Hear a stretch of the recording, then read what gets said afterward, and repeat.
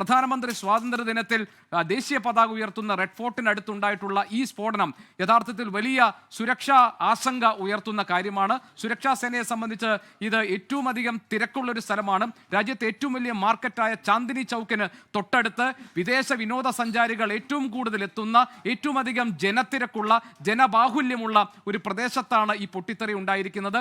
ഇത് ഏതെങ്കിലും ഒരു സ്ഫോടക വസ്തു പൊട്ടിത്തെറിച്ചുണ്ടായതാണോ? അങ്ങനെയാണെങ്കിൽ ഇതിന് പിന്നിൽ മറ്റാരെങ്കിലും പ്രവർത്തിച്ചിട്ടുണ്ടോ?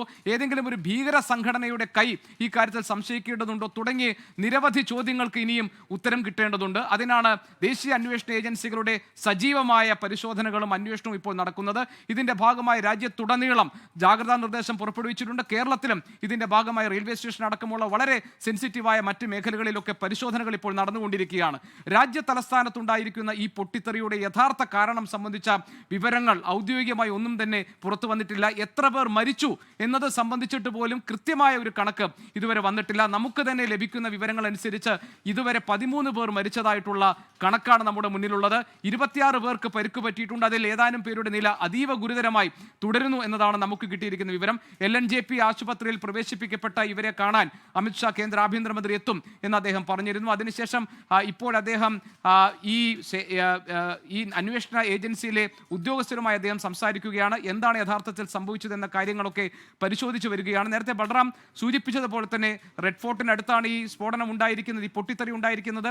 തൊട്ട് അതിന് ഏതാനും അകലെ അവിടെ ഒരു ക്ഷേത്രമുണ്ടെന്ന് പറയുന്നു. അതിനോടൊപ്പം തന്നെ അവിടെ ഏറ്റവും അധികം ആളുകൾ എത്തുന്ന ഒരു പ്രദേശം കൂടിയാണ്. ഡൽഹി പോലീസ് ചീഫ് നമ്മളോട് പറഞ്ഞത് റെഡ് സിഗ്നലിൻ്റെ അടുത്തേക്ക് വാഹനങ്ങൾ വന്ന് നീങ്ങുന്നു. അതിൽ ഒരു വാഹനം, നേരത്തെ അമിത്ഷാ പറഞ്ഞതുപോലെ തന്നെ ഒരു ഹ്യുണ്ടായി i20 എന്ന വാഹനം വളരെ സാവധാനം അവിടെ വരുന്നു. റെഡ് സിഗ്നലിൻ്റെ അടുത്തെത്തുമ്പോൾ അത് പൊട്ടിത്തെറിക്കുന്നു.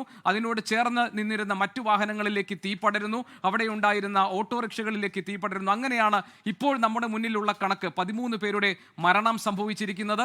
ഇതിന് പിന്നിൽ എന്തെങ്കിലും അട്ടിമറി സാധ്യതകൾ ഒളിഞ്ഞു കിടക്കുന്നുണ്ടോ? ഇതിന് പിന്നിൽ മറ്റേതെങ്കിലും ഒരു ഭീകരാക്രമണത്തിൻ്റെ സാധ്യതകൾ കിടക്കുന്നുണ്ടോ? അതല്ല ഇത് ഒരു സ്വാഭാവിക അപകടം എന്ന പട്ടികയിലേക്ക്, എന്ന ഗണത്തിലേക്ക് ഇതിന് ഉൾപ്പെടുത്താൻ കഴിയുമോ എന്ന കാര്യത്തിൽ ഇപ്പോഴും വ്യക്തമായ ഒരു ഉത്തരം നമുക്ക് നൽകാൻ കഴിയില്ല. പക്ഷേ നേരത്തെ വിജയകുമാർ സൂചിപ്പിച്ചതുപോലെ തന്നെ ഒരു സ്വാഭാവിക അപകടത്തിൻ്റെ സാധ്യതകളെ ഇല്ലാതാക്കുന്ന തരത്തിലുള്ള ചില സൂചനകളാണ് ഇപ്പോൾ പുറത്തു വന്നുകൊണ്ടിരിക്കുന്നത്. നമുക്ക് കിട്ടുന്ന വിവരം അനുസരിച്ച് സംശയത്തിൻ്റെ നിഴലിൽ നിൽക്കുന്ന ഒരാളെ ഡൽഹി പോലീസ് കസ്റ്റഡിയിൽ എടുത്തിട്ടുണ്ടെന്നതാണ്. അതിൽ കൂടുതൽ മറ്റാരെങ്കിലും സംശയമുനയിലുണ്ടോ? ഏതെങ്കിലും ഒരു സംഘടനയെ സംശയത്തിൻ്റെ നിഴലിൽ നിർത്തിയിട്ടുണ്ടോ? മറ്റാരെങ്കിലും കസ്റ്റഡിയിൽ എടുത്തിട്ടുണ്ടോ എന്നത് സംബന്ധിച്ചിട്ടുള്ള ഉറപ്പിക്കാവുന്ന ഒരു വിവരവും ഇതുവരെ പുറത്തു വന്നിട്ടില്ല. അതേസമയം രാജ്യത്തെമ്പാടും ജാഗ്രതാ നിർദ്ദേശം നിലനിൽക്കുകയും ഇന്ന് വിവിധ ഇടങ്ങളിൽ നടത്തിയ പരിശോധനയിൽ ഏതാണ്ട് 2500 കിലോ സ്ഫോടക വസ്തുക്കൾ കണ്ടെടുക്കുകയും ചെയ്ത സാഹചര്യത്തിൽ ഇതിന് പിന്നിലുള്ള അട്ടിമറി സാധ്യതകളെ നമുക്ക് തള്ളിക്കളയാനായിട്ടില്ല ഈ മണിക്കൂറിൽ. ഇത്രയും വിവരങ്ങളാണ് നമ്മുടെ മുന്നിൽ വസ്തുനിഷ്ഠമായി നമുക്ക് അവതരിപ്പിക്കാൻ കഴിയുന്നതായിട്ടുള്ളത്. മറ്റ് നിരവധി പ്രചാരണങ്ങൾ നടക്കുന്നുണ്ട്, ഊഹാപോഹങ്ങൾ പ്രചരിക്കുന്നുണ്ട്. പക്ഷേ ഈ കാര്യങ്ങളിൽ നേരത്തെ കേന്ദ്ര ആഭ്യന്തരമന്ത്രി അമിത്ഷാ ANIയോട് പറഞ്ഞപ്പോൾ അദ്ദേഹം സൂചിപ്പിച്ചതുപോലെ തന്നെ എന്താണ് യഥാർത്ഥത്തിൽ സംഭവിച്ചത്, എങ്ങനെയാണ്, എത്ര പേർ മരിച്ചിട്ടുണ്ട്, ഇതിന് പിന്നിൽ എന്താണ് ഈ സ്ഫോടനത്തിന് പിന്നിൽ ഉണ്ടായിട്ടുള്ളത് എന്ന കാര്യം വൈകാതെ തന്നെ രാജ്യത്തെ ജനങ്ങളെ ബോധ്യപ്പെടുത്തുമെന്ന് അദ്ദേഹം പറഞ്ഞിട്ടുണ്ട്. ഈ അന്വേഷണ വിവരങ്ങൾക്ക് വേണ്ടി നമുക്ക് കാത്തിരിക്കാം. വിജയകുമാർ. യെസ്, എന്തെങ്കിലും ഒരു സ്ഫോടക വസ്തു ആ വാഹനത്തിൽ ഉണ്ടായിരുന്നില്ലെങ്കിൽ ഇത്ര വലിയ സ്ഫോടനം നടക്കുമോ എന്ന ഒരു സംശയം ഈ ഡൽഹി പോലീസിലെ ഉന്നത ഉദ്യോഗസ്ഥർ പങ്കുവയ്ക്കുന്നുണ്ട് മാധ്യമങ്ങളോട്, ദേശീയ മാധ്യമങ്ങളോട് എന്നൊരു വിവരമുണ്ട്. ഈ സ്ഫോടനത്തിൻ്റെ ആഘാതം അത് ഏതാണ്ട് 1 കിലോമീറ്റർ ദൂരെ വരെ ആ വലിയ സ്ഫോടനത്തിൻ്റെ ശബ്ദം കേട്ടു എന്നാണ് പറയുന്നത്. ആ വാഹനം ഏതാണ്ട് ചിന്നിച്ചിതറി നാമാവശേഷമായി പോയിട്ടുണ്ട്. ആ വാഹനം തന്നെയല്ല, പരിസരത്തുണ്ടായിരുന്ന മുഴുവൻ വാഹനങ്ങൾക്കും പൂർണ്ണമായോ ഭാഗികമായോ കേടുപാടുകൾ സംഭവിച്ചിട്ടുണ്ട്. ലോകത്തെവിടെയായാലും ഏത് സമയത്തും 24 വാർത്തകളും ഓഗ്മെന്റഡ് റിയാലിറ്റി പാക്കേജുകളും എക്സ്പ്ലെയിനറുകളും വിശദമായി കാണാൻ ഞങ്ങളുടെ യൂട്യൂബ് ചാനൽ നിങ്ങൾക്ക് സബ്സ്ക്രൈബ് ചെയ്യാം.